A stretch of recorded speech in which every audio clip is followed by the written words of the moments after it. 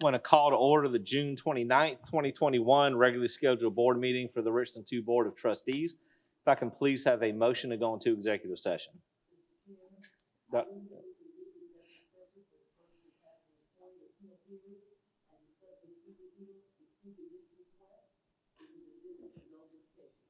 Second. Motion's been made by Dr. Caution Parker, seconded by Ms. Mackey. Is there any discussion? With no discussion, is everybody logged in? We need hand vote. All right, hand vote. All in favor, raise your right hand. Please raise it high.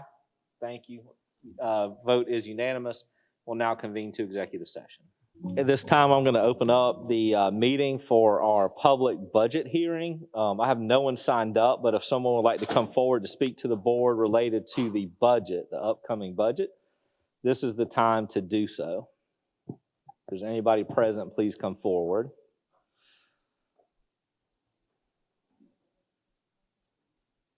No, not just yet.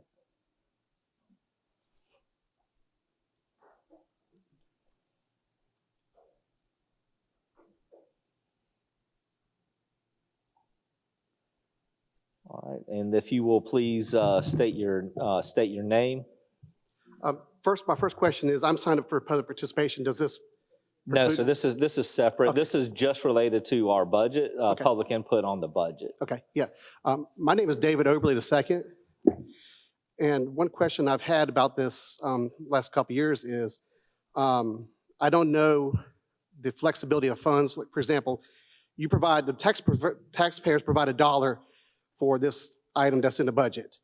If that activity does not take place, due whatever reasons, can that dollar then be used for something else? I don't know what administratively can be done to say, well, this was $1 for, say, band trips. Well, band trips didn't take place because of COVID, so now can we use that dollar for something else? Because my question would be, in the last year or so, and I imagine this budget as well, if dollars are earmarked for sort of things that don't take place, can y'all legally, and I'm not asking this, I'm asking generally curious, can you legally use those dollars for other things? So for example, you provide whatever high school X amount of dollars for band trips and they don't take place. Those dollars are sitting there, do they go back to the taxpayers or can they be used for other things? And I understand your question. We don't normally respond. This is an input session to Sure. us, so I understand your question. But I'm not going to be able to provide a response back to you at this time. So. All right, that's fine, that's all I had. Okay, thank you very much.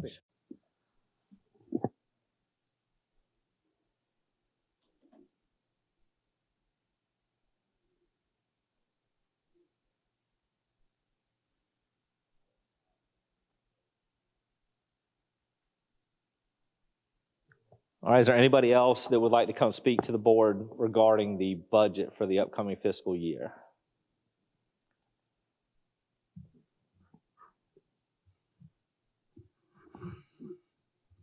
All right, seeing no one, I'm going to convene this portion of the, or I'm going to end this portion of the public input session, and we are going to move into our reconvening the June 29th, 2021 regularly scheduled board meeting for the Richland 2 Board of Trustees. If I can have a motion for the end of executive session. Mr. Chair. Ms. Mackey.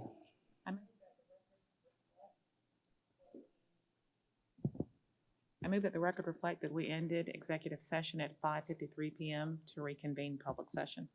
All right, motion's been made by Ms. Mackey. Do I have a second? Seconded by Dr. Holmes. Is there any discussion? All in favor, if you'll raise your right hand very high. And motion passes unanimous. We will now move into our inspirational moment and Pledge of Allegiance. Ms. Mackey. Thank you, Mr. Chair. We'll have a video presentation at this time. When you do something for a student or kid, it sticks with them.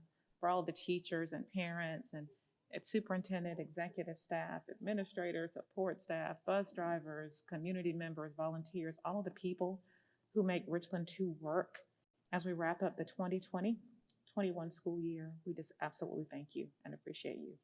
If you would please join me in the Pledge of Allegiance and rise at this time.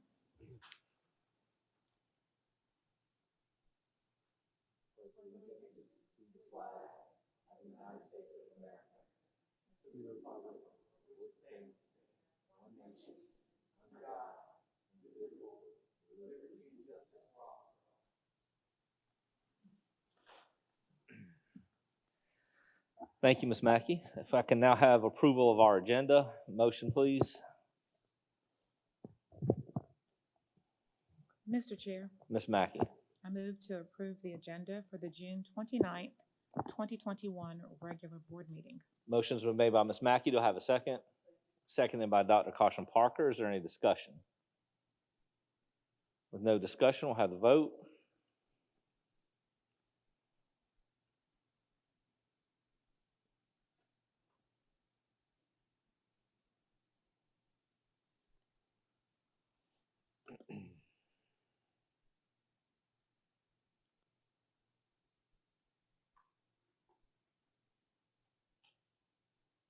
Motion passes 6 yes, 1 no. We'll move on to the consent agenda. If I can please have a motion. Mr. Chair, Ms. Agostini. I move to approve the consent agenda for June 29th, 2021. Motion's been made by Ms. Agostini. Do I have a second? Seconded by Dr. Caution Parker. Is there any discussion? With no discussion, we'll have the vote.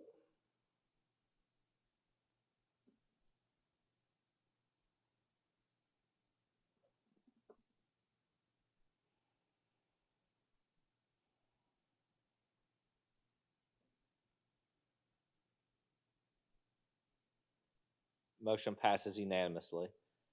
We'll now move on to public participation. I will have Mr. David Oberly please come forward.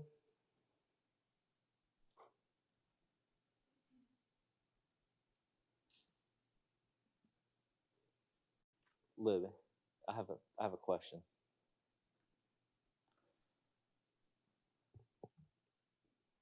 And not for you, Mr. Oberly, I'm sorry. You can go ahead and start. You've got 3 minutes. Okay. Thank you, Dr. Davis. Thank you, board, for your time tonight. I know I've been a thorn in y'all's side for about a year now. I've been fighting, scratching, clawing, trying to get my daughters first back in school now without masks. And when I saw that the state budget came out the way it did, and the proviso that mandated the end of mask mandates, you don't have no idea how happy I was. And I told my daughters and everything, they just, I mean, it was like I was telling them going to Disney World, which we're not. But, you know, looking at the policy, I never had actually read it until then. And one thing that kind of struck out is that it said that, you know, you should wear basically a piece of cloth. I mean, there's this pass for wearing a mask in school. This thing's never been tested. There was no requirements to say the piece of cloth shall show that it's going to provide proof of protection from COVID. There was nothing about that. It was just a piece of cloth.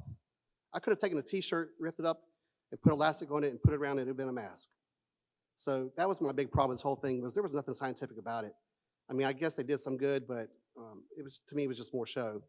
But I'm just glad it's finally done and over with, and I just can't be more ecstatic, and thank y'all for this. One thing I would like to change is where you say, in the advisory part, you say you encourage people to wear them.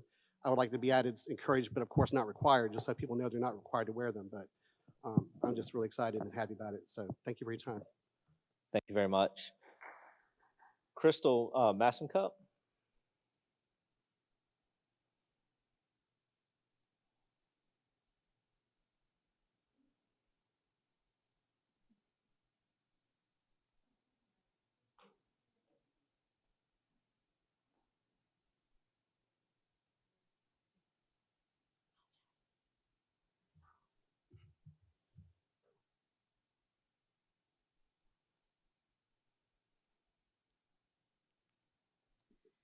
Hi, I'm Crystal Masoncup.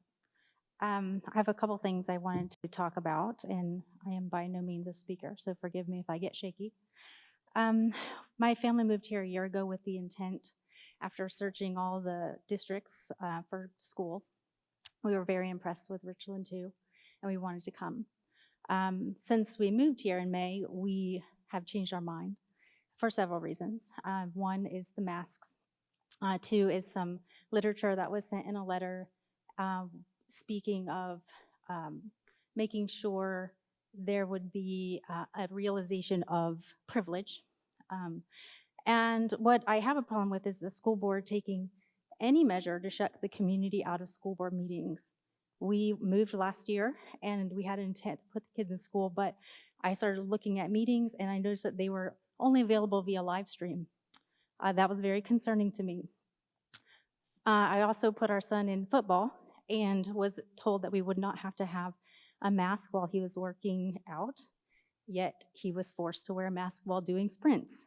He has respiratory issues. That was a huge concern. He was also dropped from the team immediately after I said something. I don't have anything else to say about that.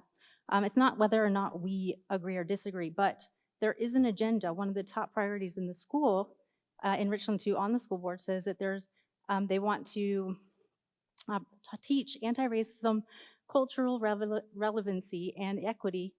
That leaves to me to wonder, it should be left to the parents to decide that, to nurture that. And if the schools are allowed to choose that material, then where do the parents fit in?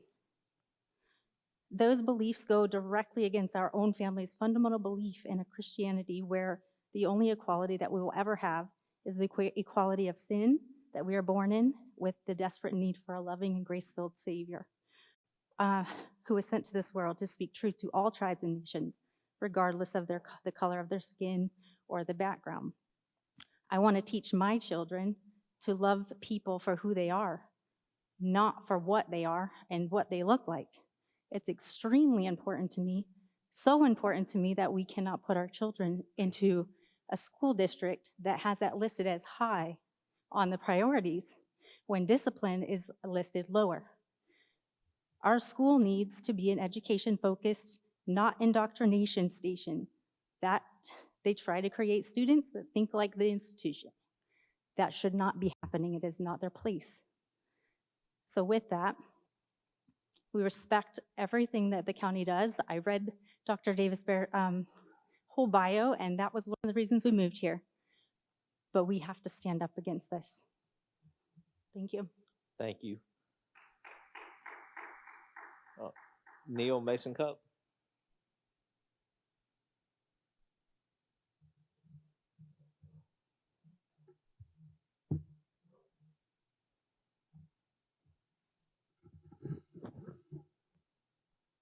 We may be related. So thank you for the opportunity to speak today. I just want to say that we want this district to be great. We want our children to be in it. We want to see students go from here and impact this world and make it a better place. But I've watched over the last year as the district leadership has used things like mask and in-person schooling as political footballs and implemented dangerous ideologies like anti-racism and distracted from the core job of educating students. The fact that Richland 2 was one of the only districts in the state to not follow Governor McMaster's executive order on parental and student choice on masking just shows the political posturing that's being done in the halls of leadership in Richland 2. If you're concerned for the children, drop the mask mandates and political maneuvering, do the right thing for them, and listen to the parents. Let us be involved. Frankly, you guys work for us. One of the 2021 district initiatives listed as high urgency is, like my wife said, culturally relevant teaching, equity, and anti-racism work. Same priority as own grade level reading and math by 3rd grade. That seems pretty important. Lower priority than discipline, lower priority than water safety for elementary students. Listen, calls to reject racism, promote equality, and expand opportunity, transcend ideological divides, and resonate with Americans of all stripes. But anti-racism is nothing more than bait and switch. It torpedoes the basic mores that most families share. Things like hard work, being objective, good and bad, right and wrong, valuing an emphasis on being polite are all now seen as hallmarks of whiteness. I don't think anybody here would agree with that. Well, that comes from the leading anti-racist advocate, education advocate, Ibram Kennedy. In how to be an anti-racist, he looks at any statistically measurable disparity between racial groups is always, without exception, the product of racism. Oh, except when it's not, like maybe in professional sports. He says there's no such thing as not racist idea. There's no such thing as a non-racist or race-neutral policy. So if we use this, Richland 2 is advocating teaching an ideology that views everything through the prism of racism. And there's no opting out. Only confession. According to Kendi, only a racist says they're not racist. Robin DiAngelo, another prophetess of anti-racism, says, white identity, my skin color, is inherently racist. A positive white identity is an impossible goal. That's not what I want to teach my kids. And you're not allowed to disagree with this, and that's more appropriate to a gulag than to a school district. Listen, we got real problems to solve. Anti-racist education doesn't help address them because the basic problem, there's no love, there's no grace, there's no forgiveness. We need more people focused on loving one another, building one another up, finding common ground. And all anti-racism work does is create an environment of intimidation, fear, and blaming. It has unclear goals, and even the leaders of the movement have a hard time explaining it. I'm I have sorry, a sir. very clear answer. Mr. To Mason love Cup, one another. 3 as minutes 1 is Peter up. 4:8 calls us to do. Thank you, sir. 3 minutes Above is up. all, love each other deeply because love covers a Gus multitude Philpott, of if you can sins. please come forward.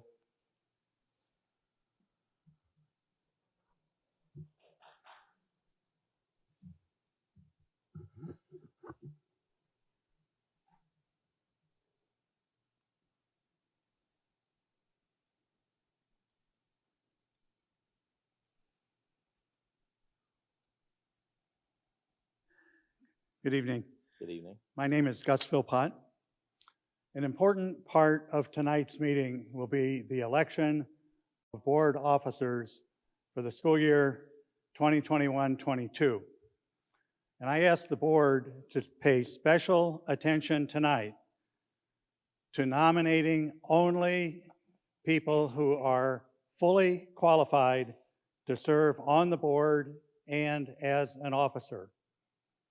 To be fully qualified to serve, that person has to have legally taken the oath of office.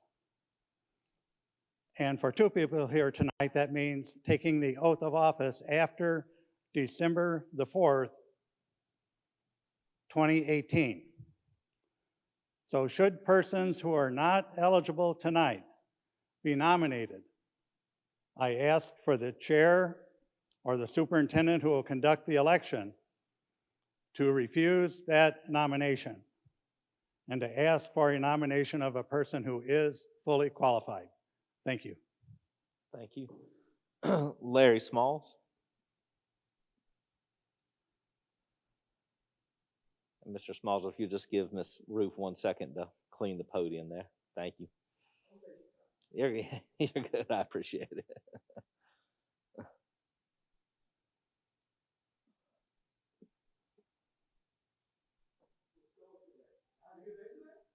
Yes.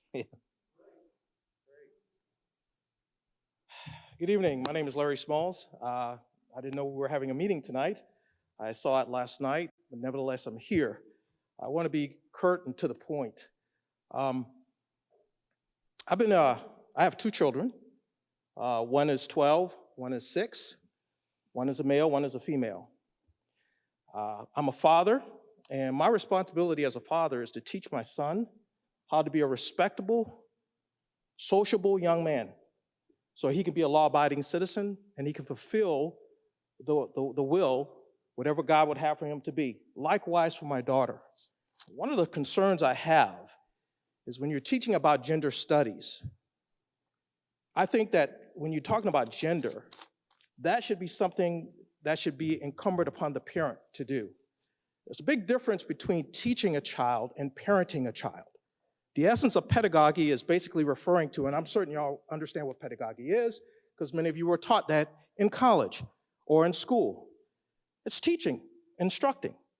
But for all of you who've been parents, understand that parenting is more than just teaching and instructing. It's demonstrating. It's dealing with those times when those kids, psychologically, when they're going through challenges in life, changes in life, being able to encourage them and strengthen them to be whatever the Lord would call for them to be. Namely, to be a boy, to grow up to be a man, or a girl to grow up to be a woman. I take that personally because as a father, it's my responsibility to teach them how to be who they are. And for any person or group or body that would undermine that is undermining my ability to be a parent. And I take that personally. And I'm certain as parents, many of you would fight to the death for your kids. I'm sharing this with you because according to your organizational chart, as a parent, you answer to me. And my Last word I'd like to share with you guys is, I demand that you do not teach any of our children, namely mine, concerning gender. That's my responsibility. And if there's anybody that's trying to undermine that, we've got a problem. And I will fight you, whether it's in the courtroom or behind the alley. It doesn't matter to me. I'm going to fight for my kids. And I would expect that Mr. all of you Small. would respect my right Mr. Smod, to teach my child. My children. I Thank you appreciate very your right much. to speak, but we can't threaten staff with fighting. I just appreciate said, that. whether in the courtroom or alley. I didn't say anything about skirmishing or fighting, sir. Thank you. Thank you. All right, we will now move on to item 8.1, the employee appeal hearing. If I can please have a motion. Mr. Chair, Dr. Caution Parker. concerning the grievance appeal that the board heard in executive session this evening, I move that the board uphold the administration's decision and thereby deny the grievance appeal. Motion's been made by Dr. Caution Parker. Do I have a second? Seconded by Ms. Mackey. Is there any discussion? With no discussion, we'll have the vote.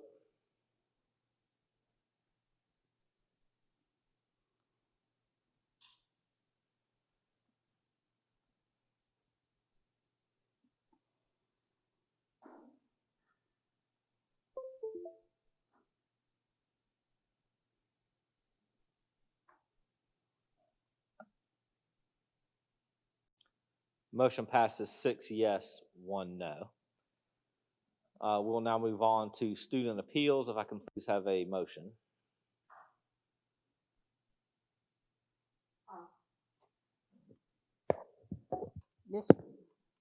Dr. Holmes? I'm sorry. You're Mr. fine. Chair, Yes, Dr. Holmes. I'd like to make a motion that we grant the appeal and with strict probation for the 21-22 school year, also with student services provided Is that for which student? for both For students number 1 and number 2? 1 and 2. Okay, thank you. Motion's been made by Dr. Holmes. Is there a second?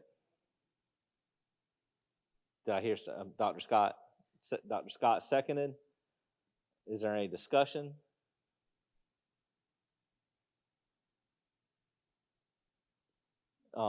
For the motion, can we get for the 2021, for the 21-22 school year added to that motion?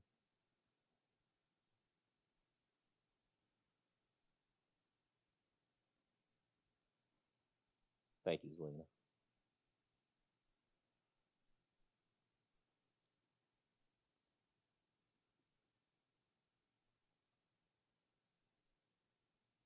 It's good? Yeah, I know it take, but as long as you tell me it's on there, okay, we're good. All right. All right, so we'll have the vote.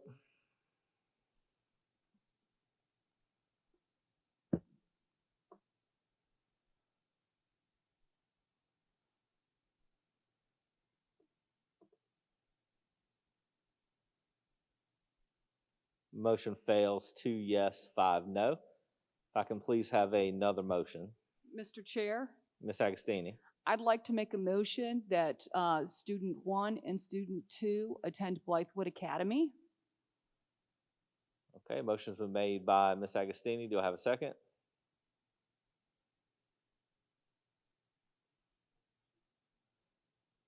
Oh, sorry, it's that, so just to be clear, that's actually a motion to deny the appeal and send the students to Blythewood Academy. Okay, so motion is to deny the appeal, send students to Blythewood Academy with services. I'm sorry, yeah, okay. All right, so let's repeat that. That's deny the appeal, send students to Blythewood Academy with services. Ms. Agostini, confirm that's correct? Oh, yes, sir. Okay, thank you. So that's the motion. Do I have a second? Seconded by Dr. Caution Parker. Is there any discussion? With no discussion? I'm sorry, yes. 45 days, correct, Dr. Davis? 45 days is standard unless otherwise stated. No, you do not. No, thank you, Zelina. No, that's just for Any other points of discussion? All right, we'll have the vote.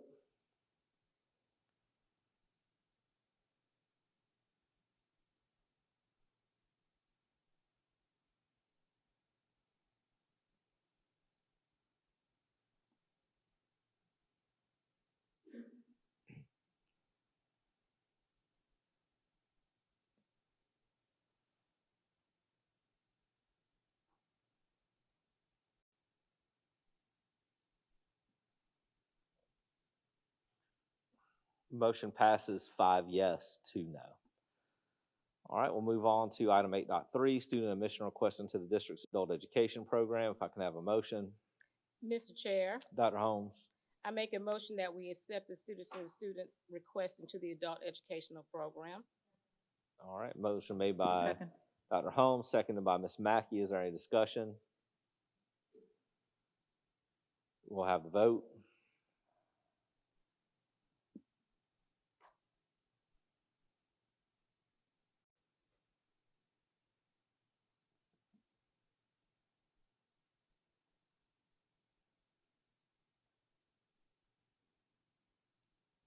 Motion passes unanimously.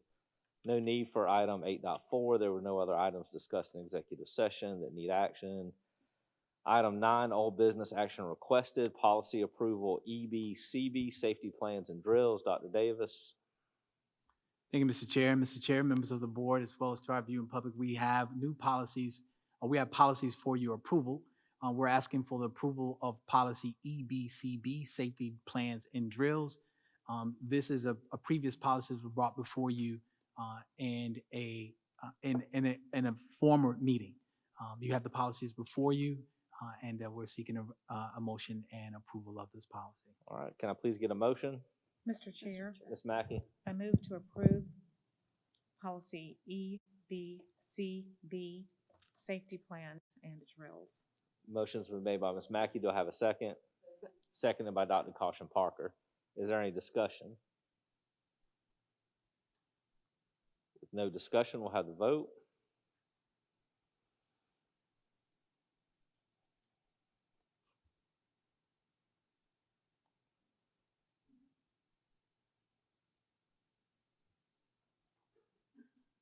Motion passes unanimously.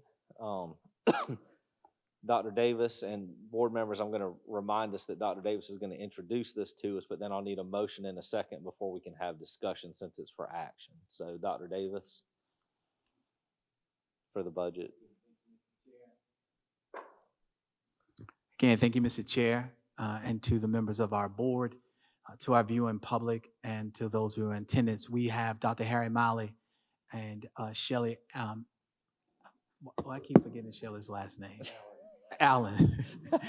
Shelley Allen, who will present to the board again, review our budget and ask for, and seeking, following this presentation, we'll be asking the board for a motion and the approval of the general fund budget for the 21-22 school year.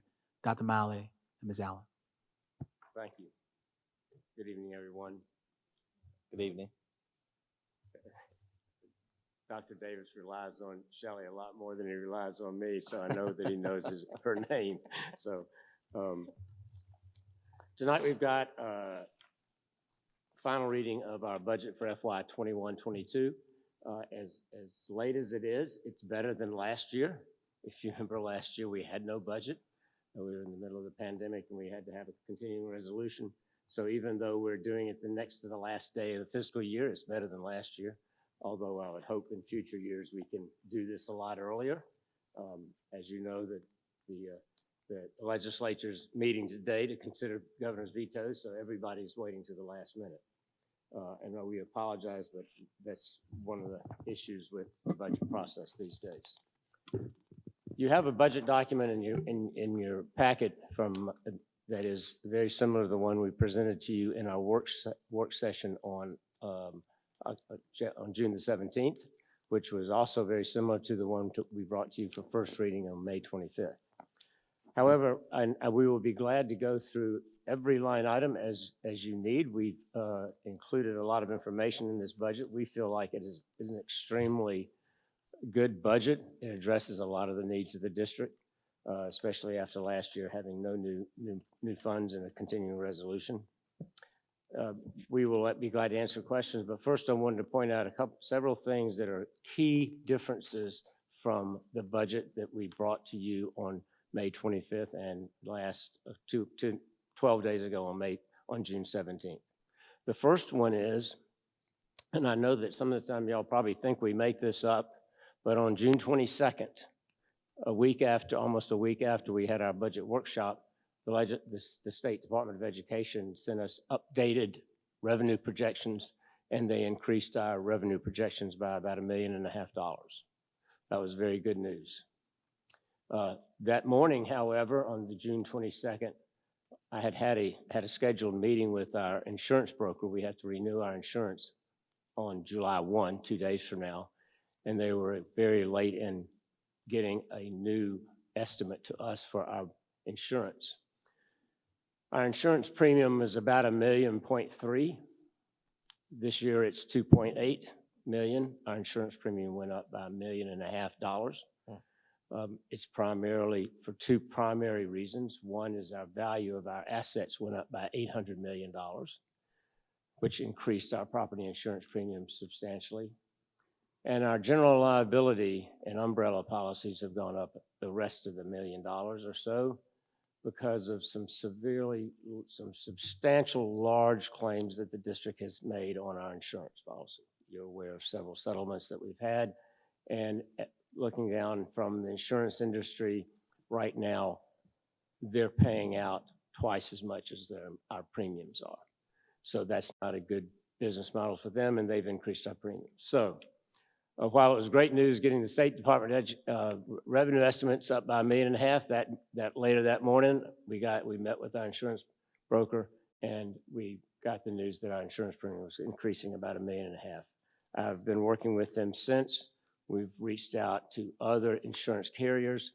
We're trying to get better estimates, but unfortunately, our loss records speak for themselves, and partially because of the asset increase in our value.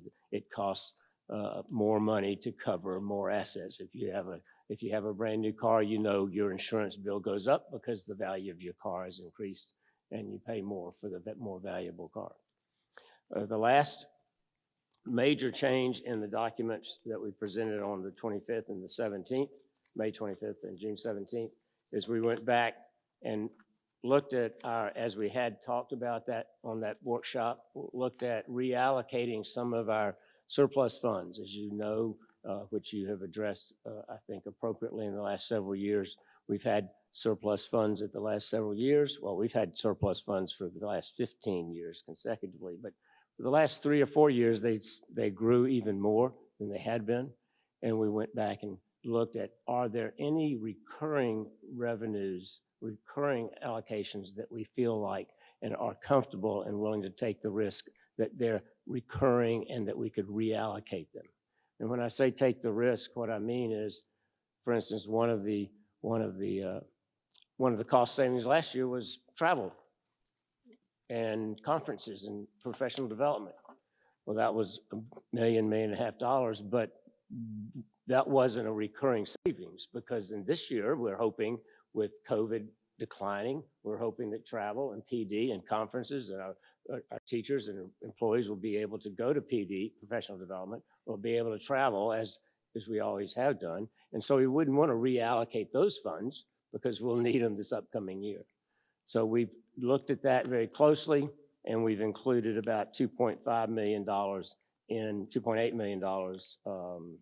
in the budget and reallocated those funds. So what you see is a very small print budget with all the requests that we can fund in this coming year, with 0 mill increase and with the allocations that we had from the state government. You also asked for a more detailed listing of, well, what are the funds that what are some of the requests that we're not funding? And I've told you before, every year we go through the gut-wrenching process of prioritizing the needs of the district and matching the money that we have available, the revenues that we have, the new funding that we have. And it's a gut-wrenching process to prioritize those needs and make the final cut and say, well, we can afford these, we can do this one, but we can't do that one.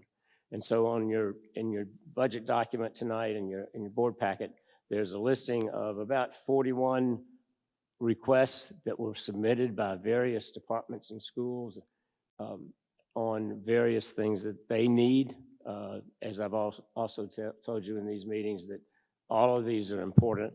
They're all things that we would like to do or need, but we just don't have the funding. So those are listed. They're not listed in priority order, but you'll see where what a 1 mil increase, that's the blue line. The purple line would be if we had a 5 mil increase, and the green line would be at the cap of 7 mil increase.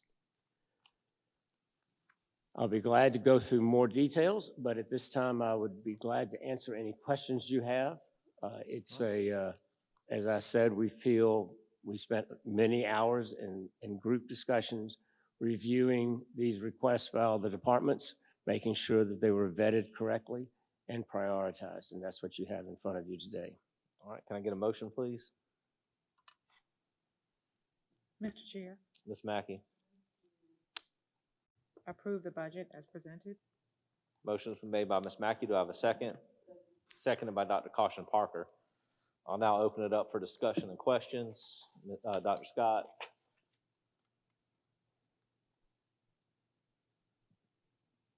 Dr. Molly, want to just go through a few line Dr. Scott, can you items. lean closer to your mic? I'm sorry. Is that better? That's better, yeah. Thank Okay. you. Just a few questions for clarification, and maybe Dr. Davis, you may be able to chime in.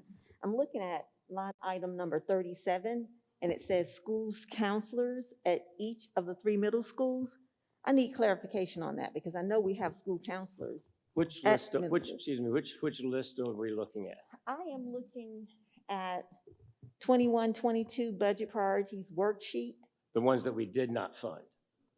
Those we did not fund. Yes, ma'am. Those we did not fund. Okay, let me go back to number 45. Maybe you can help me with that, to let me know whether that was fun.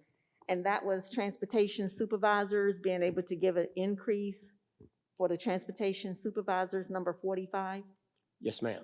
Is that funded or not funded? That is funded, yes, ma'am. That is funded. Yes, ma'am. So clarification for that. That states that our bus drivers, supervisors will be getting a pay increase.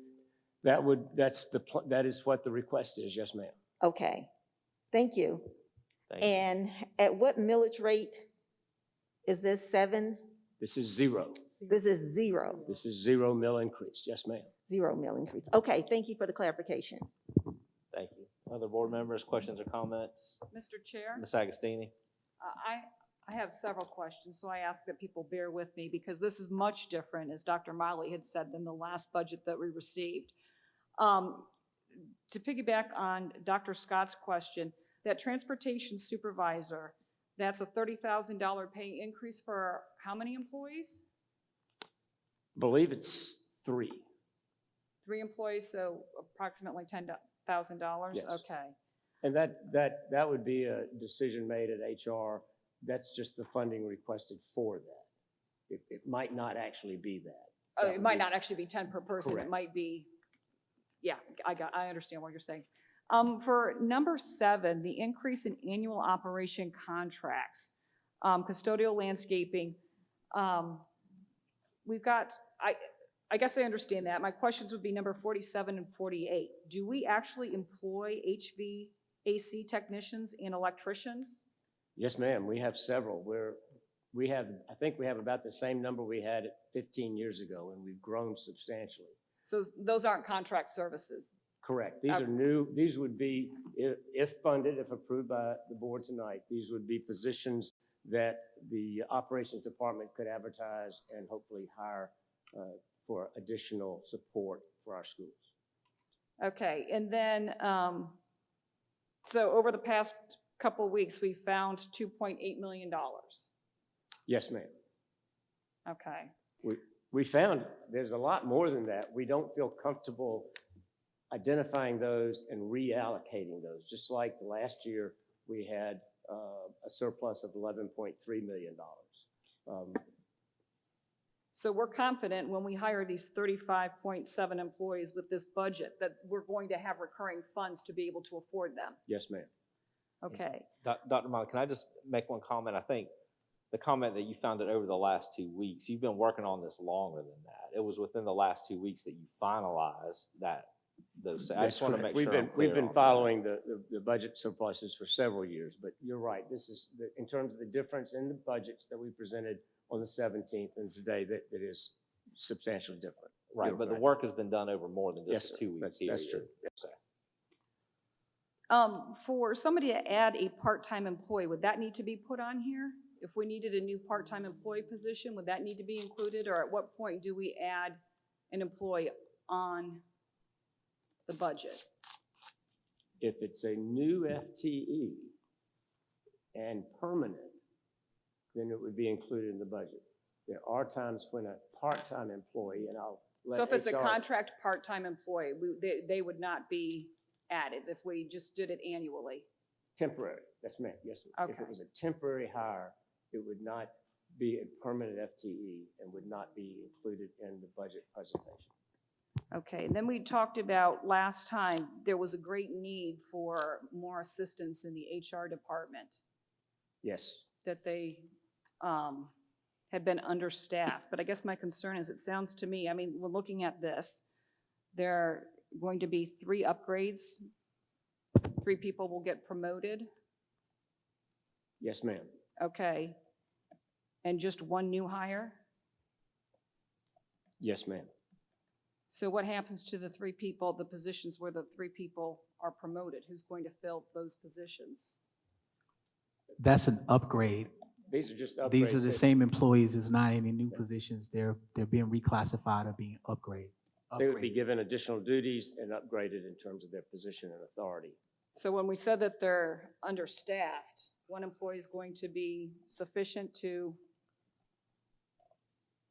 At this time, that's what we're asking for. okay, I guess I'm just confused because we were told they were understaffed, but actually, we've got the people. They're just going to get an upgrade or a promotion. Well, I they would are clarify that we still feel that they're understaffed, so I don't want the misinterpretation that they're not understaffed. However, at this time in this budget, we're asking for 1 additional staff, and we're asking to upgrade 3 positions. We're not saying that they're not understaffed by doing this, but this is our recommendation for funding at this time in this budget. Okay, and line item, I'm trying to see if that, it's either 29 or 30, forgive me, I've got progressive lenses on and I'm not very good with them. But the ESSER funds, where we're budgeting for ESSER funds, for accountant position to manage increased workload with Yeah. grants, budgeting, and ESSER funds. These would not be in with ESSER funds.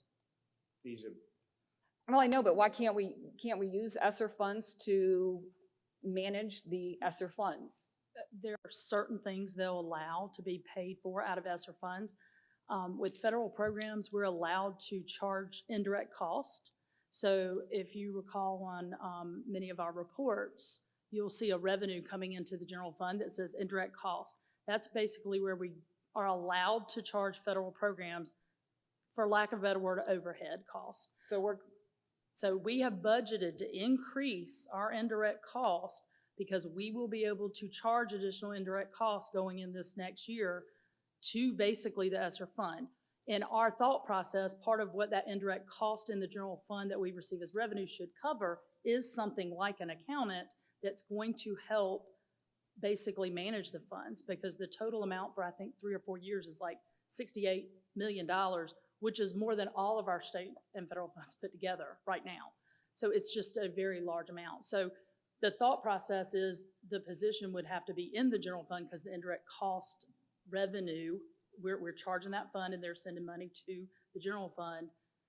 That's what it's for. It's for overhead, basically. So we don't, and I don't want to, when I say full-time employee, we don't need a full-time employee just to administer the ESSER funds for the few years that we get it. This is something where you can combine. We could the work probably take efforts. 2 or 3 right now, honestly. It is unbelievable. These federal funds are unique Will and I were talking about this a little earlier, it's beyond our normal expectation with federal revenue. With federal revenue, we have to do certain compliance tracking, and when we pay a salary, we have to do what's called PARs. Basically, you're signing that they spent their time on this specific thing. We have to track time a little bit in more detail.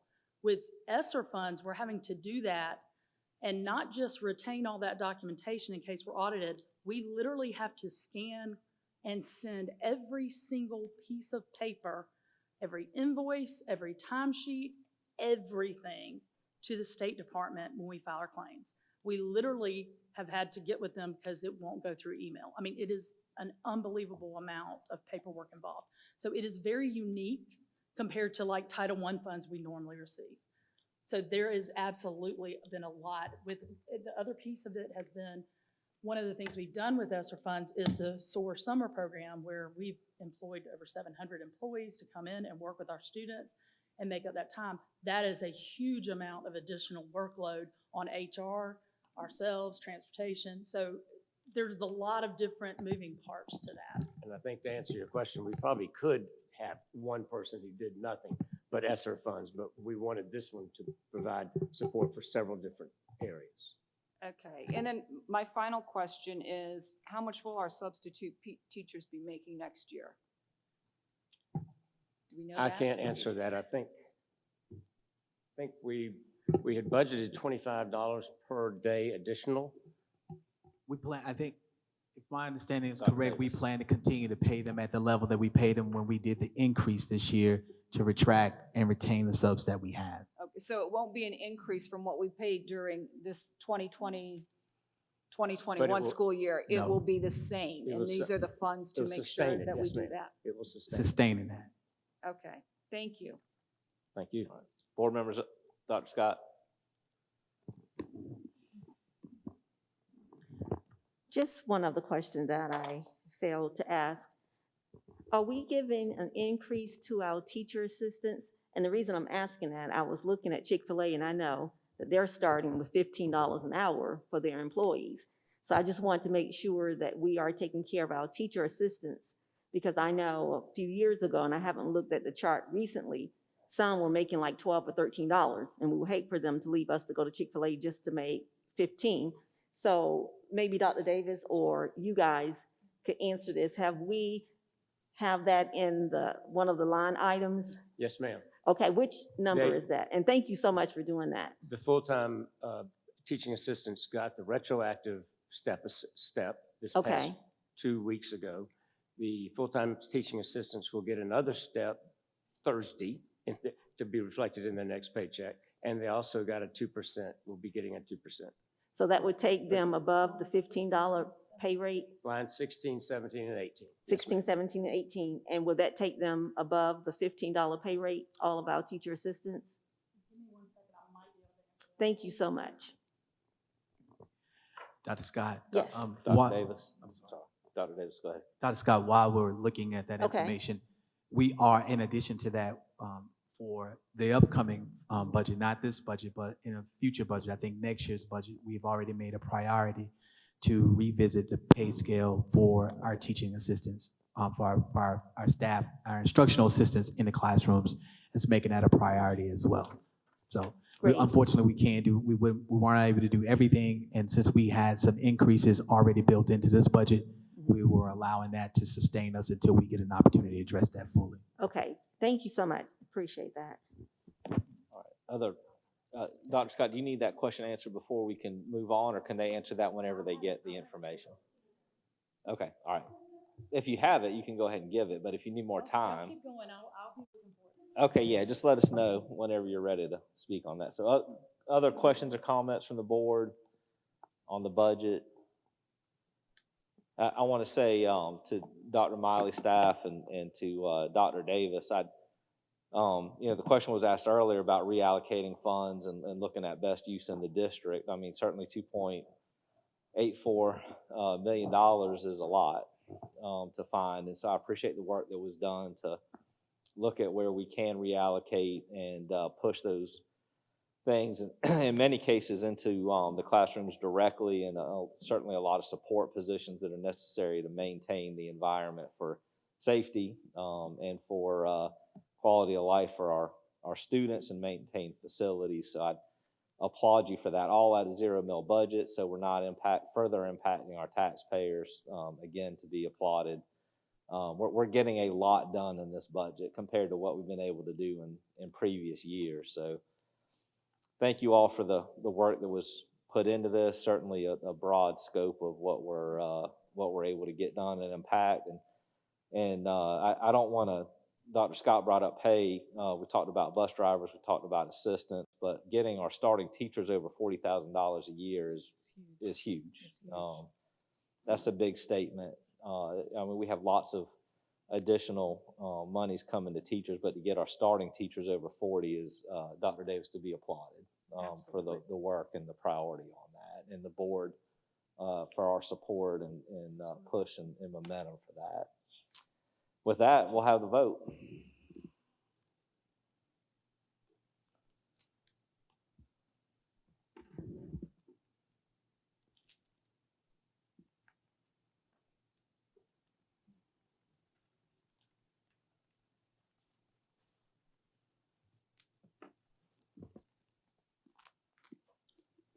I think I may have gotten kicked out, Mr. Chair, but I'm voting in the affirmative. In the affirmative? Okay. Absolutely. Thank you. Thank you.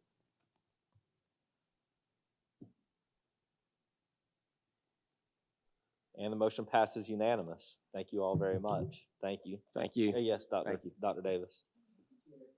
Could just allow me a quick point of privilege. Let me first take an opportunity to thank my incredible staff for all the hard work that they did in helping to put this budget together. We had the input of a lot of people on our team to give us insight on what's most important, what are our priorities, what are the things we need to be in order, what are the things we needed for compliance, and also what are going to be the focuses. Again, I want to also applaud the board for its work in helping us with the priorities and giving us the vision that we needed in order to bring this information to you, and also pushing us to find a way to do this without it having an impact on our community by increasing millage, which will increase taxes.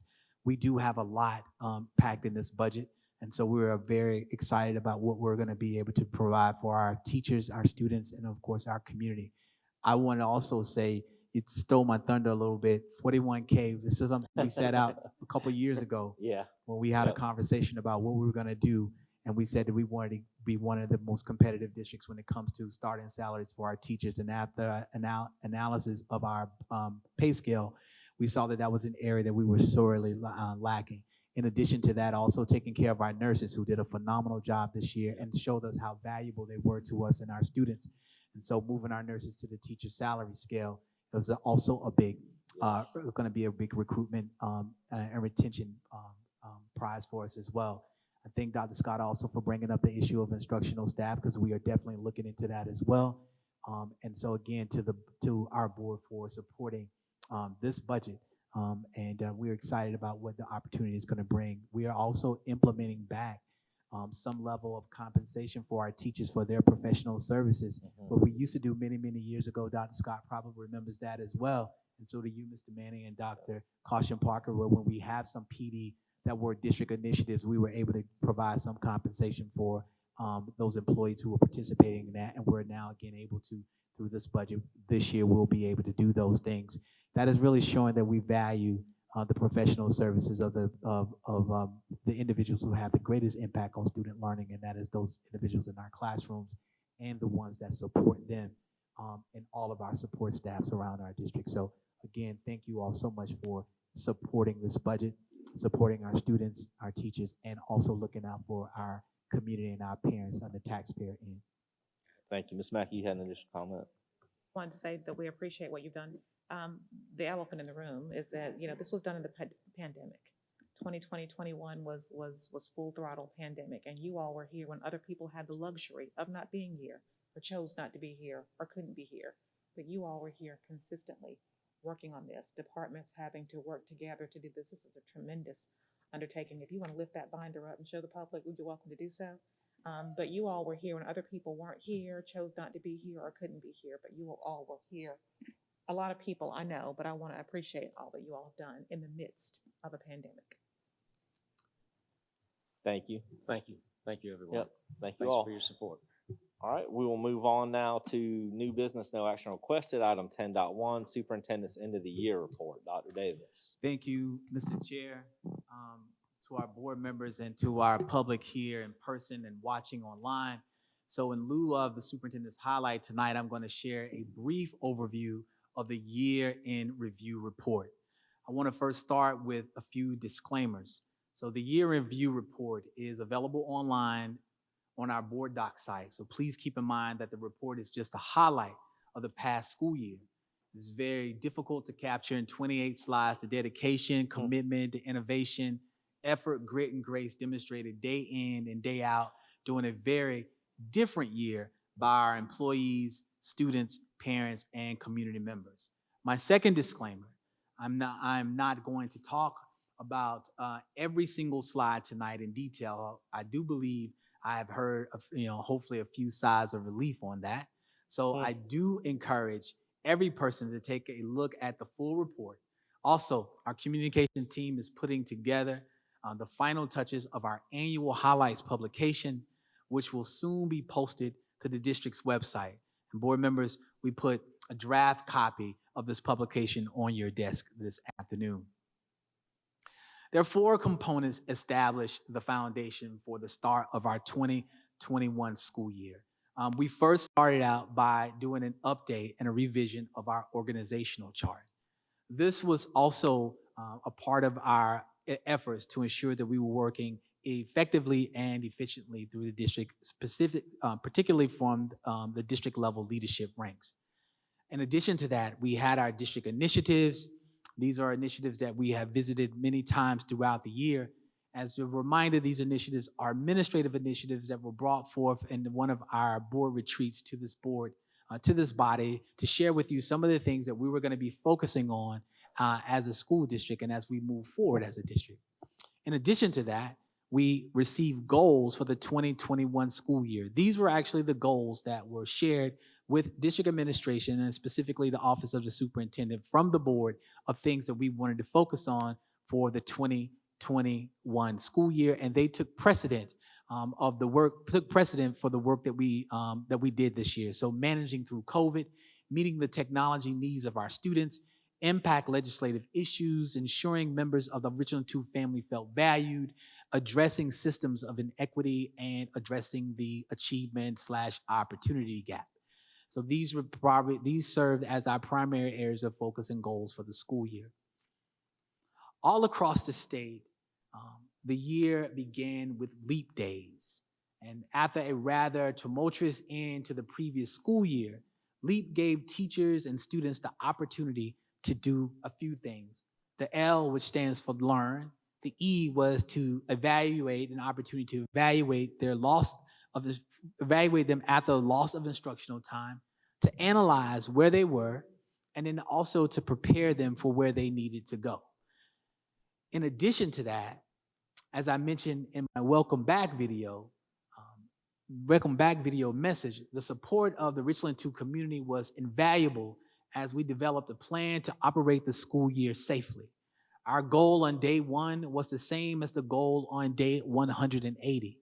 Do everything possible so that our teachers and students were able to learn together all year long with limited interruptions. So now, yes, we did have interruptions and challenges, but our Richland 2 resilient and innovative spirit turned those into opportunities such as community outreach during phase 1. And I do want to take the opportunity really quickly here to thank our board and the members of this board for showing up to those community outreach opportunities that we provided throughout the year, throughout phase 1, where we had an opportunity to interact with our community, our families, our students. While we were separated from them physically in the schools, we took an opportunity to still try to meet their needs and where they were by going into their communities. In addition to that, we had a think tank focused on solutions for staffing challenges. So as we were addressing the staffing challenges as a result of accommodations for staff, we brought together a think tank of individuals throughout the district to help us come up with a solution to address those challenges in an equitable way. That was a phenomenal opportunity and one that served us very well. We launched our Let's Talk as a way to engage with our parents on topics that matter the most to them. They were able to connect with us virtually and through and online, simply to give us insight, their opinions, their thoughts, their perspectives on things that were taking place throughout the district, particularly during COVID. So we stayed in constant communication through that form. There was a collaboration of our medical partners to develop e-learning triggers. These triggers served us well as they were foundational for us as we made decisions that impacted our students and our employees as well as our families, but also keeping safety in mind in accordance to CDC guidelines and regulations. And in addition to that, we have creative recruitment efforts for our substitutes. Knowing that we had some challenges before COVID with securing substitutes, during COVID, this challenge became even greater. And so it required us to come up with innovative solutions and practices to recruit and retain our subs in our school district. The slides are in a loose chronological order, and that's why we now come to, our students' demographic information. The information presented here comes from our 90-day enrollment report. And we typically take the information from our 90-day enrollment report because in the 90-day enrollment report is where we find the most consistent data. There's very little fluctuation around the 90 days. So each year when we put together the highlights publication of this report, we use the 90-day figures as the data trend to give a fairly consistent snapshot of our student population. Of course, in the year of a pandemic, that turned out not to be the case, as we did see a decline in our 90-day count from the last year. While keeping the school year on track in the middle of the pandemic, our employees did not lose focus on the initiatives and goals that kept us moving toward being premier. For example, the critical work took place on addressing systems of inequity and closing the opportunity and knowledge gap. We continue to demonstrate our commitment to giving back to our community. Led by our school nurses, we mobilized district resources to hold vaccine clinics for all of our employees, and we are now planning one for students this summer. We explored modified start times based on the latest research on adolescent development. New partnerships that provide opportunities for our students were established, and work on bond projects continued when we even opened a new facility for the Center of Knowledge North. The last few slides highlight some major accomplishments from the school year, including the class of 2021 receiving $138 million in scholarship offers, an astonishing number of free meals provided to our students, thanks to the work of our food service partner, Sodexo, the opportunity to attend SOAR, our free in-person extended learning program during the summer, the celebration of life-saving heroes like Ms. Coretta Key and Mr. Kenneth Colburn, and numerous awards that can be read by clicking on awards in the report. And you can see that kind of up in the top corner. It says click here, I believe. To conclude, I want to share a short video clip that we learned about last week from Kirsten Bulletin, our teacher at R2I2. When I saw this clip, I thought back to the comments that I made at one of the first meetings that I had with district employees after I started my superintendency.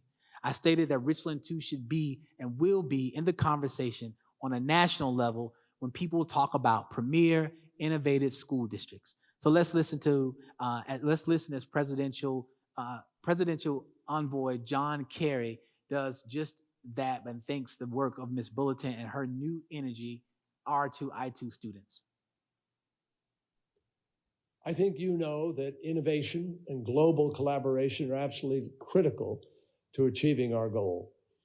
And as teachers, you're the ones who get to introduce young people to the world. You're the ones who get to inspire them to think critically about, and creatively, hopefully, about innovative solutions, about environmental justice, about equity and fairness. 2 alumni Kristen Bullington of South Carolina and Fanta Fofana of Senegal have been stellar examples of this. Kristen and Fanta met on an exchange program and have continued to work on joint classroom initiatives. Over the years, their students have taken part in virtual discussions on climate justice and carried out collaborative projects in which they've designed and built solar chargers for cell phones and a photocopier. So I encourage you, that's just one example. But regardless of where you are or what subject you teach, integrate teaching about the climate crisis and global collaboration into your lessons, please. Thank you all for the important work you do every single day as educators. And thank you for your willingness to take on helping us to solve the challenge of the climate crisis and leave the world a better place for future generations. And I'll simply conclude by saying thank you, Mr. Chair, and to the members of the board and to our community for the opportunity to share the year-end report and to remember that Premier indeed starts right here in Richland School District 2. I stand ready to answer any questions you may have at this time. Thank you, Dr. Davis. Board members, questions or comments? Ms. Mackey.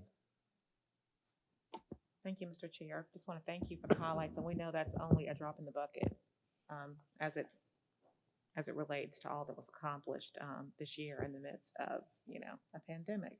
One of the things I appreciate, the LEAP days, to addressing student learning loss and their difficulties that they've had this year. I appreciate that.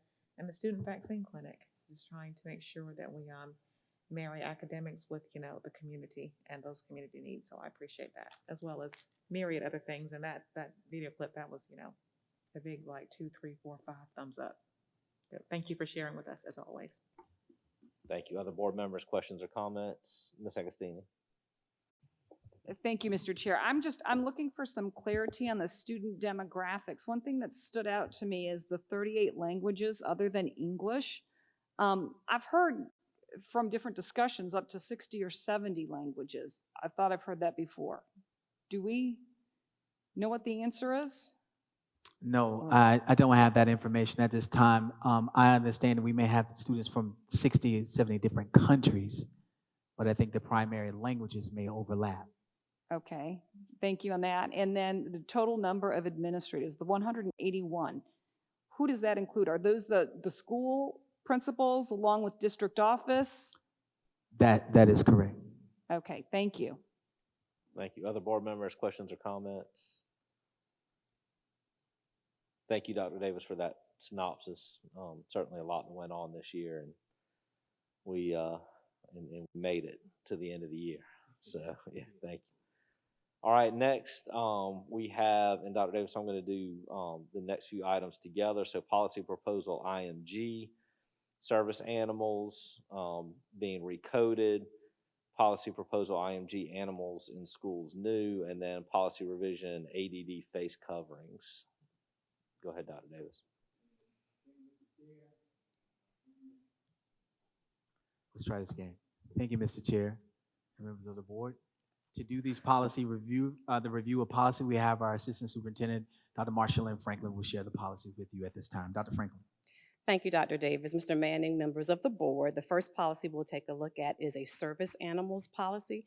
Our policy manual contains a service animal policy. It is currently coded as IMG, which means it's in the instruction section of our policy manual. The School Boards Association is recoding that policy as ACE so that it can be placed in the foundations and basic commitments section of the policy manual. Suggested content changes that are underlined or stricken through are provided by the School Boards Association, and where you see highlights in yellow, those are district administration recommendations. Board members, any questions or comments on that one? Ms. Agostini. Mr. Chair, I do have to ask, and I whether you have the answer or not, but I'm just, the exception of miniature horses in limited instances outlined in the law and regulation, why would miniature horses be permitted? I'm sorry, say it one more time. Miniature horses, as I read this, the definition of service animals, it's under definitions. Other species of animals, whether wild or Right. domestic, trained or untrained, will not be authorized as a service animal, with the exception of miniature horses in limited instances outlined in law and regulation. Yeah, and that's as defined in the federal law. Okay, I'm just curious, why would miniature horses make the cut? Oh, I'm Do you not know- sure. I'm sorry, I'm not. Some federal regulator or some federal congressman has a pet horse that's now a service animal. Ms. Axine, do you have other questions on that one? No, thank you. Okay, sorry. I thought you had another question. All right. Okay, the next policy is a new policy, animals in schools. So the first policy that we took a look at is specifically for service animals. This new policy, which the model came from the School Boards Association, addresses other animals. So this new policy will be coded as IMG and placed in the instructions section of the policy manual. Again, recommended changes highlighted in yellow are the suggestions of Richland 2 administration. You will notice the most significant insertion that's recommended by administration is on the first page, in the middle of the page, the section labeled animals used for instructional purposes.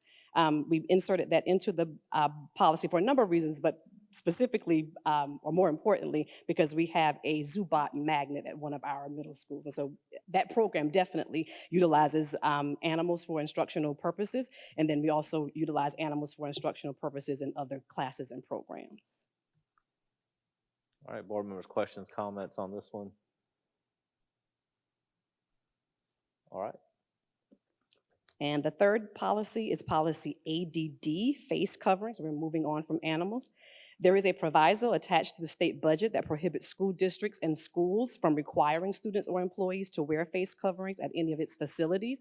In anticipation of the budget and its provisos going into effect July 1, district administration presents a proposed revision to policy ADD, face covering. And so you will note that we removed language that requires face covering in our buildings or on our grounds, but do note that in accordance with a presidential executive order, face coverings are still required on public transportation conveyances, which includes our buses. Board members, questions, comments? Ms. Agostini? I'm sorry. I'll yield to Okay, Ms. Ms. McFadden. McFadden. You're saying January 1 for the face covering? So July 1. I'm sorry. July 1? Yes. So does that include the SOAR program that's It happening? would, yes, ma'am. So they're able to go to school without the mask? Yes, ma'am. If the budget with that attached proviso is signed and is approved, they would be. Okay. With the exception of riding the school bus. Okay. Ms. Agostini? Thank you, Mr. Chair. So just to be clear on the school bus issue, even though our school buses in the state of South Carolina are owned by the state of South Carolina, we still have to comply with federal law. Yes, ma'am. Okay. And then this policy takes, well, since our board will not vote on this policy until after the 1st of July, how will the district proceed with this? We will follow the proviso effective July 1 if it goes into effect. Even though it's not board approved, we will no longer require students to. Correct. So we would have to follow the proviso even though the policy will need a second reading. Okay, and so that also means for the athletes as well as, it's dropped. There will be no more requirement for our athletes to be wearing face masks at practices. That is correct. We cannot require, if this is approved, we cannot require face coverings in buildings or on our grounds. Okay, thank you. Thank you. Other questions, board members, comments? Thank you very much. All right, that brings us to item 11.1, draft agenda items for the July 13th meeting. Dr. Davis. Members of the, Mr. Chair, members of the board, you see before you the Tuesday, July 13th, 2021 regular scheduled board meeting draft agenda items. The board meeting will be conducted at regular scheduled business items. Regular scheduled business items, the call to order executive session will be at 5:30 with public session beginning at 6 p.m. So we have our call of order and our executive session items, which consist of student appeals and student admissions to the district's adult education program, which are at this time. We'll have our inspirational moment once we come out of our executive session, followed by the approval of the agenda and the approval of our consent agenda, which is followed by public participation. the voting on executive session items, which will be our student appeals and our student admissions requests into the district's adult education program.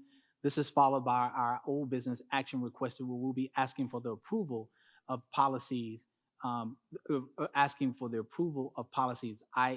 service animals, as well as policy IMG, the new policy ACE, I apologize, and then the policy IMG, animals in schools. What is missing from this, and I would ask for an addition to this, will be the policy for face coverings. The approval of those policy changes. Then that will be at 8.3. New business, no action requested, would be the superintendent's highlights, followed by a report on grading from our grading task force, a report for PEP, giving you an update on PEP and the reevaluation of PEP, an update on our virtual programs, as well as we'll bring before you policy proposals, IKAAD, which is credit content recovery. We'll ask for draft agendas or present the draft agenda items for the August 10th board meeting. I'm gonna ask for the approval of those items. This will be followed by our second public participation, our board and superintendent comments, executive session 2 if needed, the voting on executive session 2 items if needed, and adjournment. All right, approval. Okay, so item 12.1, board members, whoever makes the approval, if you could please make sure to state that you want to include the policy ADD face coverings as part of that draft agenda. So if I can please have a motion. Mr. Chair, Ms. Mackey. I move to approve the draft agenda items for July 13th, 2021 to include the second reading and voting on policy ADD face covering. Thank you. Motion's been made by Ms. Mackey. Do I have a second? Seconded by Dr. Caution Parker. Is there any discussion? Mr. Chair, Ms. Agostini. I would like to make a motion to amend the agenda to also include a request on the annual data of the number of student hearings that have taken place in Richland 2 for the past 5 years. Okay, I that would like annual information, data.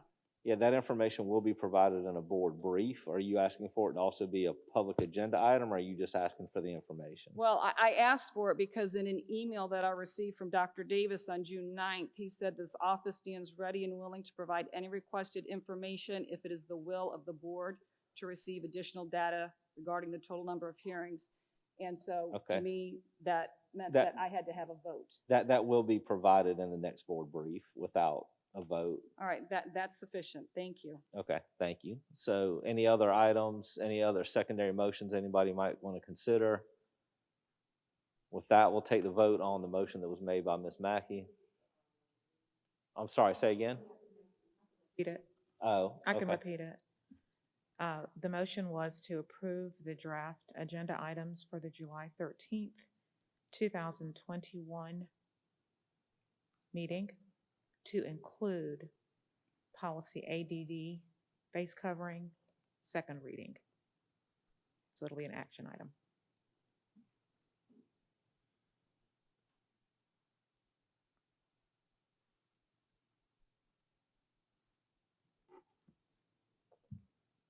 Okay, with You're that, good. we'll have the vote.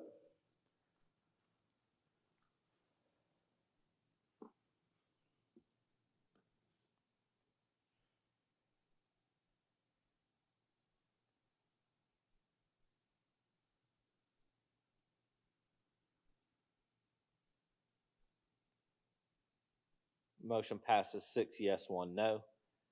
We'll now move on to new business action requested, item 13.1. There's a request to adjust the July 13th board meeting to July 14th due to a conflict. Can I have a motion, please? Mr. Chair, Yes, Ms. Mackey. I move to adjust the July 13th board meeting to July 14th. Motion's been made by Ms. 2021. Mackey. Do I have a second? Second by Dr. Caution Parker. Is there any discussion? With no discussion, we'll have the vote.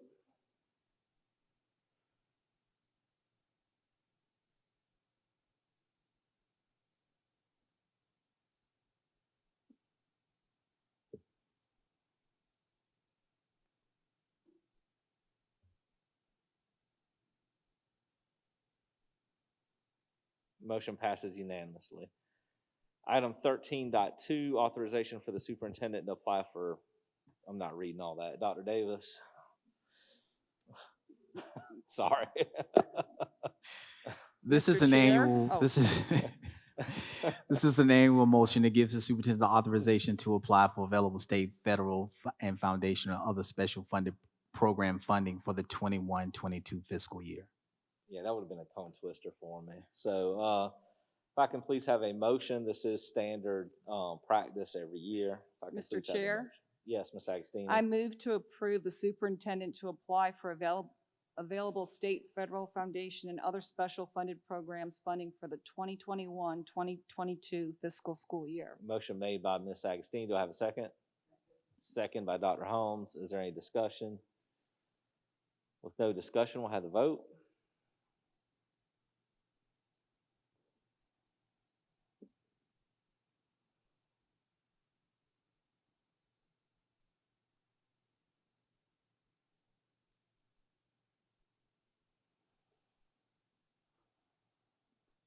Motion passes unanimously. We'll now move on to my favorite part of the meeting, nominations for officers. Dr. Davis, at this time, I'll hand the meeting over to you for nominations. Thank you, Mr. Chair and members of the board. Now that we are closing out one fiscal year and entering a new fiscal year, it's time to appoint new board officers in accordance with our policy BD. Policy BD states that the officers of the Board of Trustees are chairman, vice chairman, and secretary. The officers are elected and sworn in annually at the last meeting of the board in June, at which the last order of business will be the election of officers. The election will be conducted by the superintendent, who will preside and act as a temporary chairman at the meeting until the chairman is elected. The superintendent will take nominations for each office, beginning with the chairman. Officers will be elected by majority vote of the board using paper ballots unless there is a single nominee, in which case a show of hands will be used. Elected officials will take their position immediately upon completion of the election. Each officer will serve a one-year term. No officer may succeed him or herself in the same position more than once. Therefore, each officer will be eligible for only two successive terms in the same office, but may again be elected to the same office after a break in service. Vacancies in the above-mentioned offices will be filled as outlined in law. With that being stated, the floor is now open for nomination for chairman of the Board of Trustees of Richland School District 2 for 2021-2022 school year. Do we have any nominees? Dr. Davis. Yes, I'd like to nominate Dr. Holmes for the position of chair. We have nominated Dr. Holmes for the position of chair. Are there any other nominations for the position of chair? Dr. Davis? Yes, ma'am. I would like to nominate Lindsay Agostini for chair. We have a nomination for Ms. Lindsay Agostini for the position of chair for 21-22 school year. Are there any other nominations? Are there any other nominations? Are there any other nominations for the floor? Being that there are no more nominations for the floor is now closed for nominations, and now we will begin the process of voting. Since there are more than one candidate for the position of chair for the 21-22 school year, we will use paper ballots for this purpose of voting who you will vote for chair. We will distribute those paper ballots to you at this time. Selena?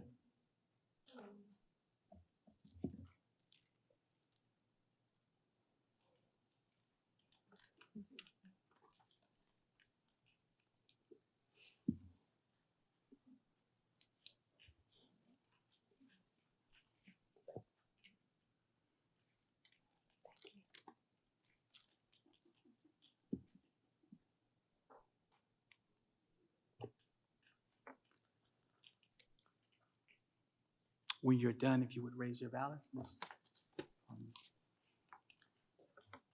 Feel like I'm taking a standardized test, bubbling in the bubble. Don't go outside the lines. I didn't have a number 2 pencil.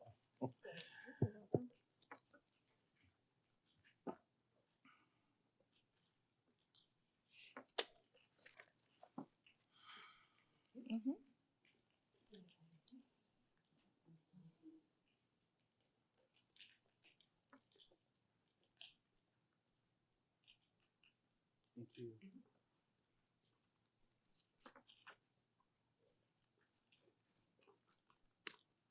Have all ballots been collected? Have all ballots been collected? All ballots have been collected. I will now read the results of the ballots. With one vote for Lindsay Agostini. We have one vote for Dr. Teresa Holmes. We have one vote for two votes for Ms. Lindsay Agostini. We have two votes for Dr. Teresa Holmes. We have 3 votes for Dr. Teresa Holmes. We have 4 votes for Dr. Teresa Holmes. And we have 5 votes for Dr. Teresa Holmes. With a voting of 5-2, Dr. Teresa Holmes will serve as the new chair for the 21-22 academic year for Richland School District 2. Thank you. Thank you. The election for chair has now taken place, and now we'll move on to the next election, which will be for our vice chair for the 21-22 school year for the Richland 2 Board of Trustees. Is there a nomination for the floor for the position of vice chair? Yes, ma'am. I'm sorry, Dr. Davis. I have a nomination, Mr. Manning. I would like to nominate Mr. Manning for vice chair. We have a nomination on the floor for Mr. Manning for vice chair. Is there another nomination on the floor? Mr. Chair, Yes, ma'am. I would like to nominate Mrs. Lindsay Agostini, being that Mr. Manning has already served 2 years as the chair and came back to fill in for Mr. Shad. So to be fair and to be open and honest with the rest of the board members, I would love to see someone else be seated in a leadership role. So my nomination will be for Lindsay Agostini. Thank you for your nomination, Dr. Scott. We have 2 nominees on the floor. Is there a third nomination for the position of vice chair? Is there a third nomination for the position of vice chair? Is there a third nomination for the position of vice chair? With no more nominations, I close the floor for nominations for the position of vice chair. Since we have 2 candidates vying for the position Dr. of vice. Davis, excuse me, I think, Ms. McFadden, did you want to say something? I'm sorry. for interrupting. I think, and I may be wrong. Yes. I'll make a nomination. We have a third nomination for Dr. Monica Scott to serve as vice chair. Is there another nomination? Is there another nomination? Is there another nomination?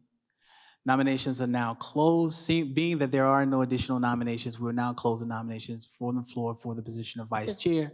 Mr. Davis,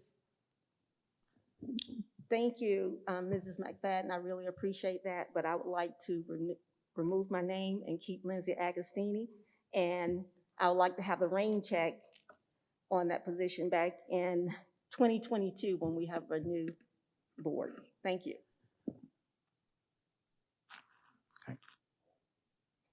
Okay. No more nominations. We only have 2 now candidates for the position of vice chair. Ms. McDaniels, if you wouldn't mind passing out those ballots, thank you.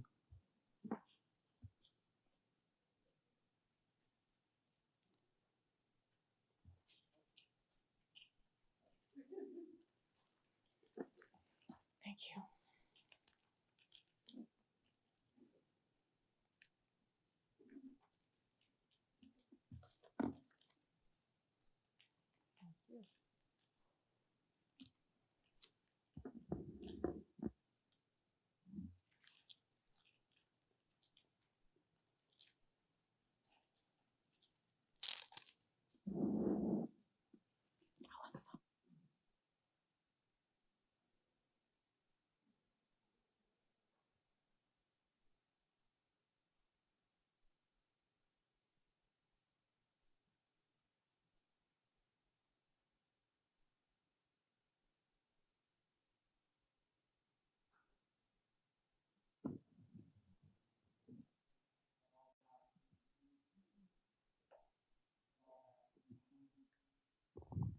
One more time. Have all ballots been received? Have all ballots been received? Thank you. With all ballots received, I'll now report the results. We have 1 vote for Mr. James Manning for vice chair. We have 1 vote for Lindsay Agostini for vice chair. We have 2 votes for Mr. Manning for vice chair. We have 3 votes for Mr. Manning for vice chair. We have 2 votes for Mrs. Agostini for vice chair. We have 4 votes for Mr. Manning for vice chair, and we have 5 votes for Mr. Manning for vice chair. With the votes being 5-2 cast in favor of Mr. Manning will serve in the position of vice chair for the 21-22 school year for Richland School District 2. Thank you for voting. Now, having completed the nominations and the voting and elections of our vice chairman, we move on to our third position in accordance with our board policy, that position being the position of Secretary of the Board of Trustees for the 21-22 school year. I open the floor now for nominations for the position of Secretary. Are there any nominations? Dr. Davis, Yes, ma'am. I'd like to nominate Ms. Amelia Mackey for secretary. We have a nomination on the floor for Ms. Amelia Mackey for the position of Secretary for the 21-22 school year. Are there any additional nominations? Dr. Davis? Yes, ma'am. I would like to nominate LaShonda McFadden, being that Mrs. Agostini had served in that role before. So I would like to have an opportunity for everyone to be treated fairly. So I would like to nominate Mrs. LaShonda McFadden. Thank you for your nomination, Dr. Scott. We have a nomination on the floor for Mrs. McFadden for the position of Secretary. Are there any other nominations? Are there any other nominations? Are there any other nominations? And I'm going to look around to make sure I don't miss this time. Seeing that there are no additional nominations for the floor, we have 2 candidates vying for the position of Secretary of the Board for the 21-22 school year. That being the case, we will again pass out paper ballots for you to cast your votes. At this time, Mrs. McDaniels, would you please share or pass out the paper ballots?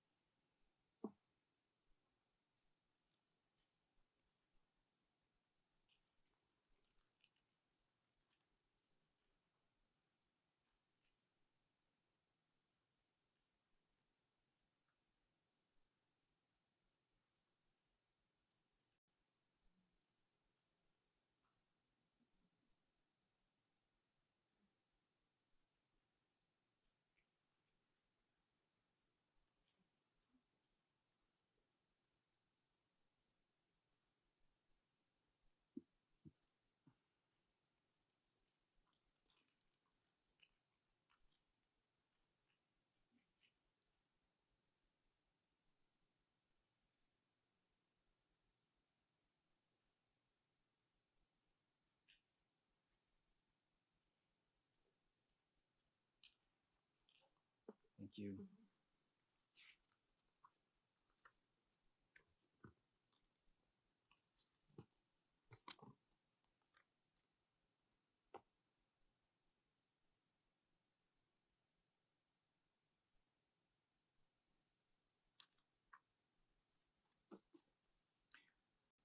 Have I received all ballots?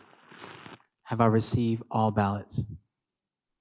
Believing that I have received all ballots, I will now share the results of the ballots. I have 1 vote for Mrs. Amelia Mackey. I have 2 votes for Ms. Amelia Mackey. I have 1 vote for Ms.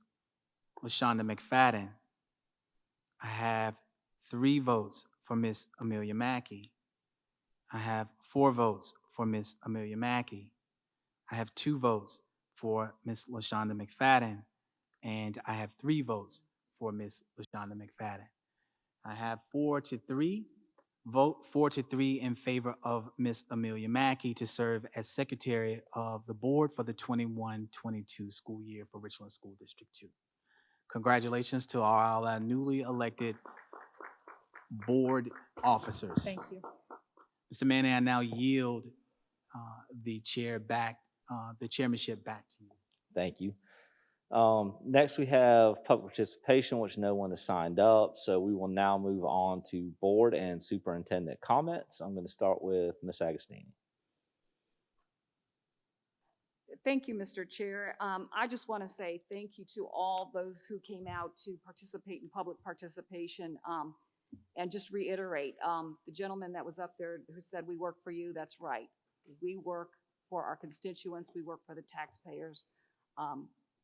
We are elected by you, we are a governing board, and again, we do work for you, the public. Thank you. Ms. McFadden?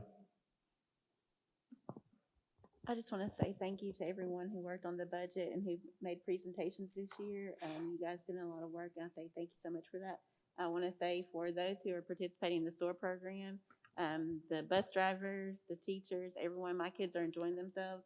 They've been stuck at home for, a lot of times during the past 14 months, but they're actually getting up and going to school like every day, and they love it because they only do 2 classes. So the program's really working, and I appreciate y'all's effort in doing it. Thanks, Dr. Scott.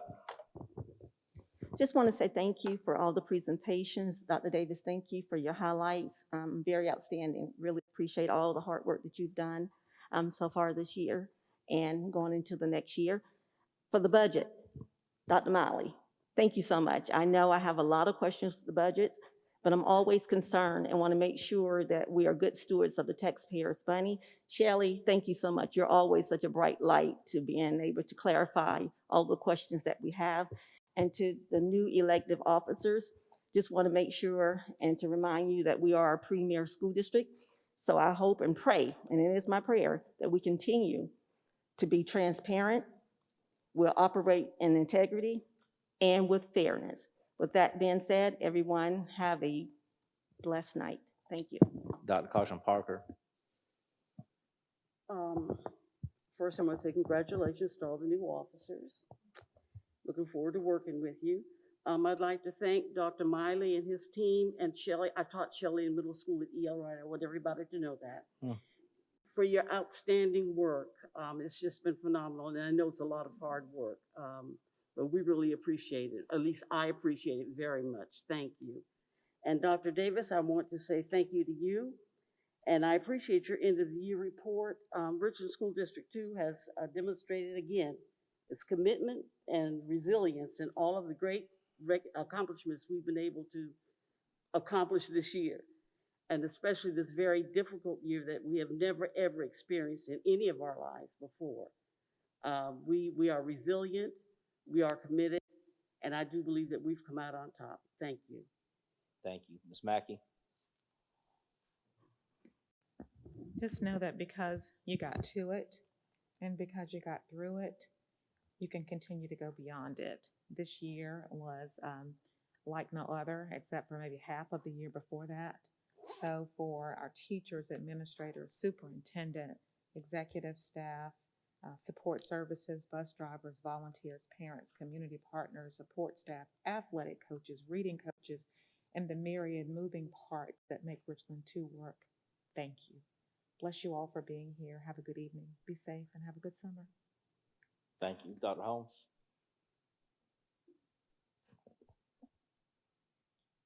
First of all, I'd like to say congratulations to my fellow newly elected officers. I appreciate you all. And just know that I take this job.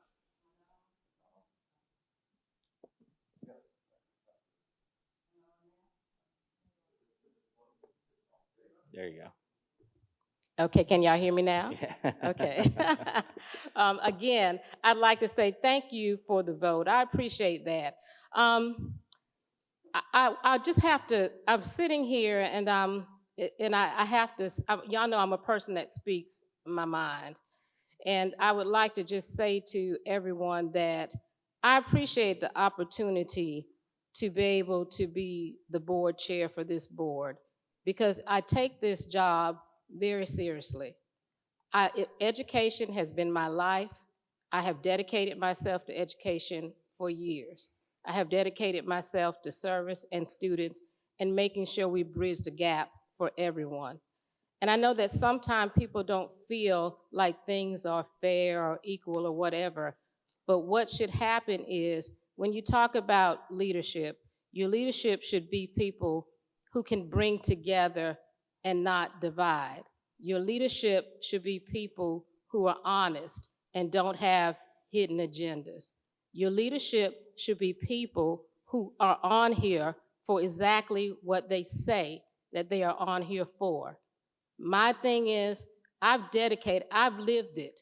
I've dedicated my life to education. I'm here for this. I'm here for the students. I'm here for the teachers. I'm here for the parents. I'm here for the bus drivers, the custodians, and every educational stakeholder within this district.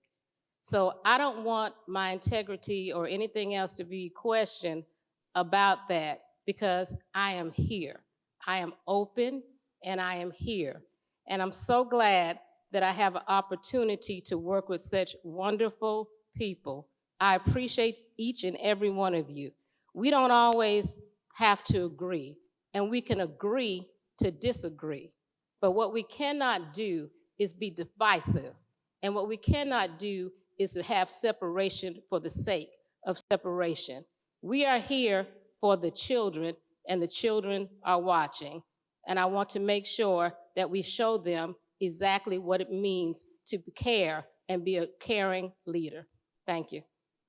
Thank you, Dr. Davis. Again, I just want to take this opportunity to thank my staff for all the work that they do in order to, and all the work that they do to put these board meetings on the second and fourth Tuesdays of each month. I know we had not had a board meeting this month because of several obligations as far as our administrative staff was concerned. Again, thank you to our board for passing and approving our budget, allowing us to do the work that we are all called to do, which is provide premier educational experiences for the students in our school districts, as well as taking care of our teachers and our employees, and as well as our community. Again, thank you to our parents who serve as advocates for their students. Although we may be on opposite ends of a issue, it does not mean that we do not hear you and respect your position, and we ask that you hear and respect our position as well. And so we are charged with making decisions with all children in mind, and that is a tremendous responsibility. And to those that are viewing, again, thank you for your participation and being engaged and involved members of our community. I do not see you as constituents. I see you all as family members. And I have the luxury of doing that as serving as superintendent. So thank you all for your support throughout this very different year. It has taken all of us to working together to get to this point of the year where we have successfully come through a year of dealing with COVID and its challenges. And we are so looking forward to moving forward next year with excitement and joy so that we can get back to the business of providing premier educational experiences for our students with as little obstacles and disruptions as possible, because our students are watching and they are depending on us to be the best versions of ourselves every single day. So thank you all again for being the best versions of yourselves today. Thank you. Thank you, board members. Thank you to everyone who participated in the meeting today. Dr. Holmes, the good news for you is, as I have reflected back on the times I've been chair, somehow there's a crisis every time I have been chair. So we're now sailing into smooth waters for your chairmanship next year. So I'm looking forward to that. And I certainly do appreciate the board, regardless of whether we agree or disagree, your support of me and the role that I've been in this year and the role that I'll be in next year. But ultimately, as some of you have said, and as I have said before, it's not really about me. I mean, I'm a steward of the business of the district and appreciate the opportunity to serve, but it really is about the 27,944 students. It's about the 3,820 employees that are here for those students. It's about our community being good stewards of the resources that we have, and to be able to make this a better world to live in. And for me, that's really the greatest pride and joy that I take away from this, whether I'm an officer or not of this board. And I certainly appreciate the opportunity to leave a lasting mark in this community by my service, and look forward to what that looks like the next year. So with that, we will conclude, I guess, a summer meeting. And I know everybody has things they like to get to, family and other things. So I will take a motion to adjourn. Yes, Ms. Mackey. Thank you. Motion's been made by Ms. Mackey. Do I have a second? Second by Dr. Caution Parker. Is there any discussion? With no discussion, raise those right hands high if you're in favor. And anybody opposed? Ms. Agostini, that's okay. Thank you. All right, motion passes unanimous. We are now adjourned. Thank you.